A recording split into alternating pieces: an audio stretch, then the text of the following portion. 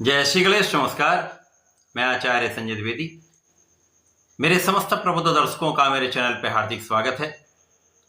प्रिय दर्शकों, आज मैं कुंभ राशि का नवंबर माह का मासिक राशिफल लेकर आपके सम्मुख उपस्थित हूं। नवंबर माह में जो ग्रहों की स्थितियां तथा जो ग्रहों के परिवर्तन होंगे वो इस माह में आपको किस प्रकार का लाभ देने जा रहे हैं, किन भावों में वृद्धि होगी, इस समय में आप कितना लाभ लेने जा रहे हैं, स्वास्थ्य कैसा रहेगा, ज्ञान का भाव कैसा रहेगा, शिक्षा में कितनी सफलता मिलेगी, भाग्य का कितना साथ मिलेगा, वैवाहिक पक्ष किस प्रकार का रहने वाला है, इस माह में कार्य क्षेत्र में कितनी विशिष्टता आएगी, कितना लाभ मिलेगा, धन का भाव कितना प्रबल होगा तथा यदि कहीं पर कोई समस्या है तो उसका क्या निराकरण है, संपूर्ण विश्लेषण मैं पूर्ण तर्क के साथ करने जा रहा हूं। प्रिय दर्शकों, इस राशिफल को आप अपने लग्न तथा राशि दोनों के अनुसार देख सकते हैं। नवंबर माह के प्रारंभ में लग्नेश लग्न में ही होंगे, वक्री अवस्था में होंगे, परंतु इस माह में ये मार्गी भी हो जाएंगे। द्वितीय भाव में राहु होंगे, आपके चतुर्थ भाव में गुरुदेव बृहस्पति का गोचर होगा, आपके षष्ठम भाव में मंगल होंगे जो अपनी नीच राशि में होंगे, अष्टम भाव में केतु का गोचर होगा, नवम भाव में सूर्यदेव अपनी नीच राशि में होंगे, दसम भाव में अति प्रबल अवस्था में बुध तथा शुक्र का संयोजन बन रहा है। तो ये ग्रही स्थितियां हैं। इस माह में पहला परिवर्तन 7 नवंबर को होगा जब शुक्राचार्य राशि परिवर्तन करके लाभ भाव में प्रवेश करेंगे, गुरुदेव की राशि में इनका प्रवेश होगा। इसी प्रकार से 15 नवंबर को शनिदेव मार्गी हो जाएंगे, 16 नवंबर को सूर्यदेव अपनी नीच राशि से निकलकर कर्म भाव में प्रवेश करेंगे।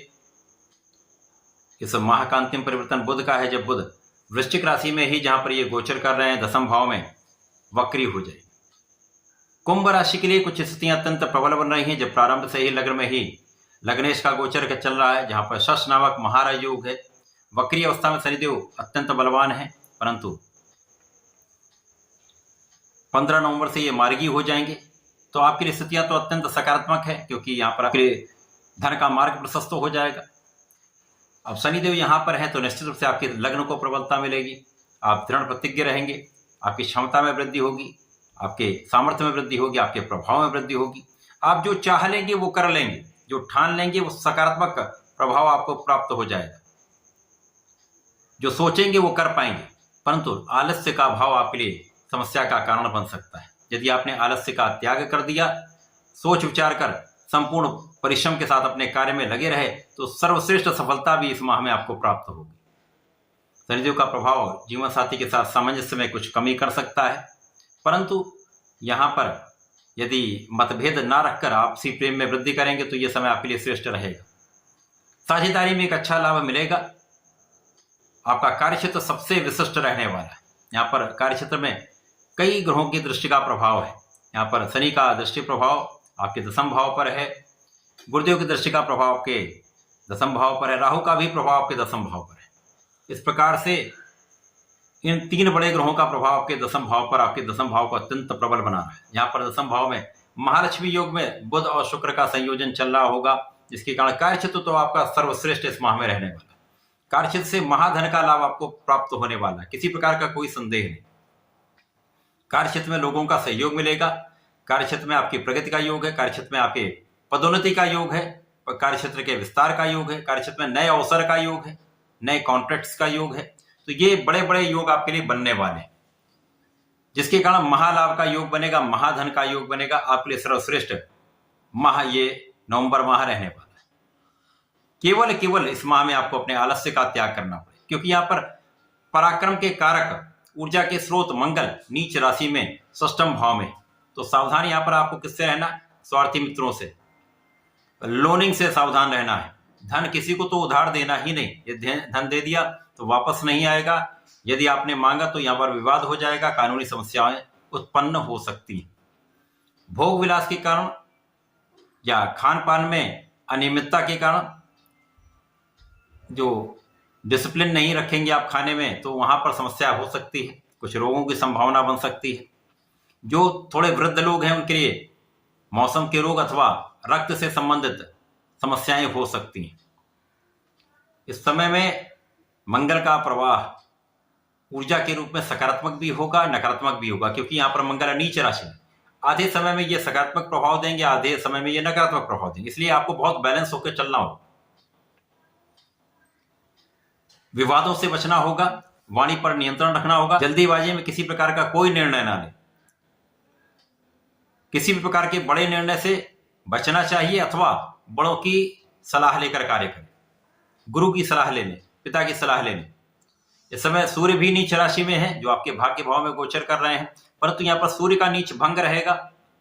सूर्य के नीच भंग के कारण आपको कोई बड़ी समस्या यहाँ पर नहीं, भाग्य का संपूर्ण साथ मिलेगा, परिश्रम में वृद्धि होगी। आप जितना भी परिश्रम करेंगे उसका संपूर्ण लाभ आपको प्राप्त होने वाला है। यहाँ पर समस्या कहाँ आती है, आप अपनी ऊर्जा का सकारात्मक उपयोग नहीं कर पाते। यदि आप अपनी ऊर्जा का सही उपयोग कर लें तो सर्वश्रेष्ठ समय है, परंतु यहाँ पर शासन सत्ता का सहयोग मिलेगा, शासन प्रशासन में आपका एक प्रभाव बनेगा। जैसे सरकारी नौकरी में है, सरकारी सेवाओं में है, प्रशासनिक सेवाओं में, तो आपके कार्य क्षेत्र में वृद्धि होगी, अधिकार क्षेत्र में भी वृद्धि होगी, विशेष अवसर आपको प्राप्त हो सकता है। यहाँ पर आप बहुत न्यायोचित रहने वाले हैं, धर्म के मार्ग पर चलने वाले हैं, तो ये समय बहुत कुछ आपके हित में है। अब महालक्ष्मी योग कर्म भाव में है, निश्चित रूप से अत्यंत प्रभावी है। बुध जो कुंभ राशि के लिए पंचम भाव के स्वामी तथा अष्टम भाव के स्वामी है, अब यहाँ पर इनका गोचर आपके दसम भाव में कार्य क्षेत्र में है, तो यहाँ पर बुद्धि का बल श्रेष्ठ है, ज्ञान का भाव विशिष्ट होगा, परीक्षा में सफलता मिलेगी, शिक्षा ज्ञान के क्षेत्र में एक अच्छा लाभ आपको प्राप्त होने वाला, अच्छे परिणाम की प्राप्ति हो सकती है।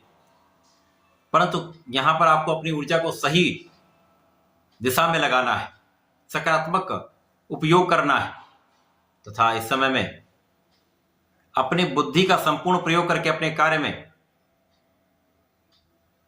नए नए आप प्रयोग कर सकते हैं, अपने कार्य क्षेत्र में नई प्लानिंग कर सकते हैं, जिसका आपको 100% लाभ मिलेगा, क्योंकि बुद्धि का बल श्रेष्ठ रहने वाला है।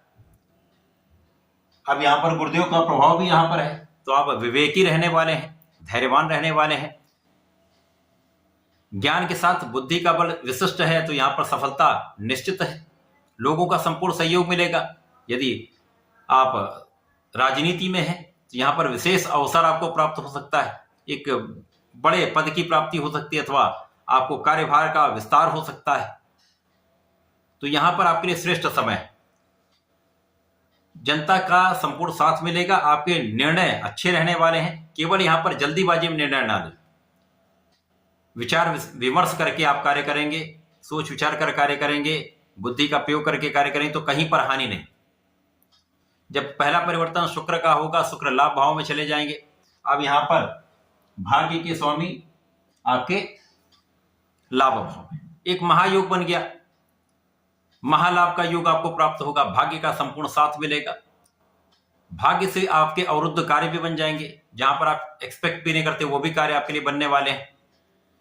साथ ही साथ शिक्षा में विशेष सफलता मिलेगी, प्रतियोगिता परीक्षा में सर्वश्रेष्ठ सफलता का योग बन रहा है। जब शनिदेव मार्गी होंगे तो धन भाव को भी प्रबल करेंगे, लग्न को भी प्रबल करेंगे, विदेश भाव भी प्रबल होगा। जब जो लोग विदेश जाकर कार्य करना चाहते हैं उनके लिए विशेष अवसर मिलेगा, तथा स्वास्थ्य समस्याएं कम से कम रहेंगी, आपका परिवार आपके साथ में रहेगा, परिवार का संपूर्ण सहयोग आपको प्राप्त होगा, पारिवारिक संपत्ति से आपको लाभ मिलेगा।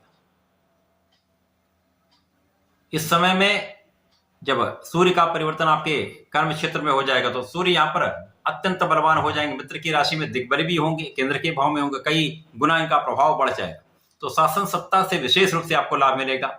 शासनिक प्रशासनिक सेवाओं से, राजतंत्र से, प्रजातंत्र से, शासन तंत्र से, सरकार से विशेष लाभ भी मिलता है, विशेष मान सम्मान भी मिलता है, पिता का संपूर्ण सहयोग, पिता का संपूर्ण आशीर्वाद आपको प्राप्त होगा, तो ये समय आपके लिए अत्यंत विशेष रहने वाला है।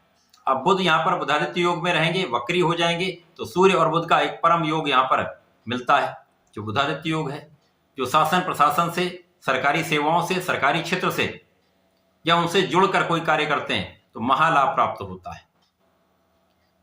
तो ये पूरा माह आपके लिए अत्यंत विशेष है, कहीं पर कोई बड़ी समस्या नहीं, कुछ चीजों में सावधानी रखेंगे तो महालाभ का योग बन रहा है। केवल वाणी पर नियंत्रण रखें, जल्दीबाजी में निर्णय ना लें, आलस्य का त्याग कर दें, ऊर्जा को सही दिशा में लगाएं, सर्वश्रेष्ठ लाभ का माह नवंबर माह आपके लिए रहेगा। इस माह में आपको नियमित रूप से भगवान शंकर मोचन की शरण में रहकर ओम हम हनुमते नमः का 27 बार जप कर लें, हनुमानाष्टक का पाठ कर लें। प्रत्येक शनिवार को ओम सम शनिश्चराय नमः का एक माला का जप कर लेंगे तो विशेष लाभ प्राप्त होगा। तो ऐसा करके इसका लाभ लें। धन्यवाद, नमस्कार।